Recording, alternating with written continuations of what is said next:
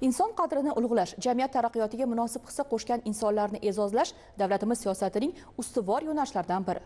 Ko'p yillik halol mehnati, fidoyiligi bilan yurt ravnaqi yo'lida xizmat qilgan nuroniylarga yuksak ehtirom ko'rsatish ana shu ezgu tamoyilning amaliy ifodasidir. Surxondaryo viloyatida bir guruh nuroniylarga mehnat faxriysi ko'krak nishonlari tantanali topshirildi.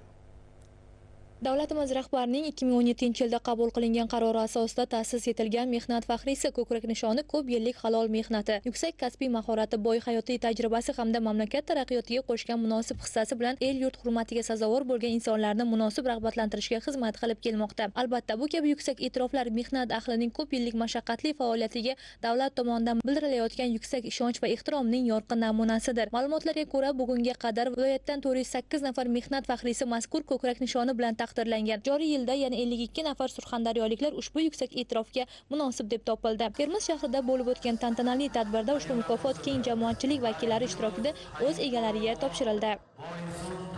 Bugungi tadbirdan men nihoyatda xursandman.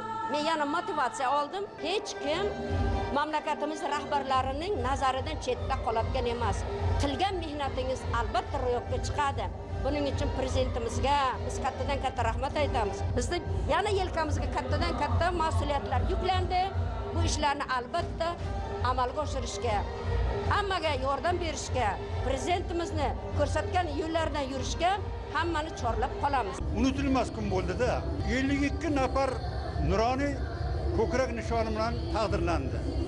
Bu albatta o'z-o'zidan bo'lgan emas. Bu muhtaram prezidentimizni nuroniylarga bo'lgan e'tibori. Bugungi kunga ming bor shukrlar bo'lsinki, biz nuroniylar faxrlanib yashayapmiz. Mamlakatimiz ham go'zal bo'lsin, viloyatimiz ham, tumanimiz ham, xalqimiz eng asosiy yashashdan mamnun bo'lib yashasin. Muxtasar qilib aytganda, yillar davomida mamlakatimiz ravnaqiga xizmat qilgan, endilikda boy mehnat tajribasi, hayotiy maslahatlari bilan jamiyat taraqqiyotiga hissa qo'shayotgan insonlarning ushbu ko'krak nishoni bilan taqdirlanishi nuroniylarga ko'rsatilayotgan hurmat va e'tiborning yuksak namunasi desak mubolag'a bo'lmaydi.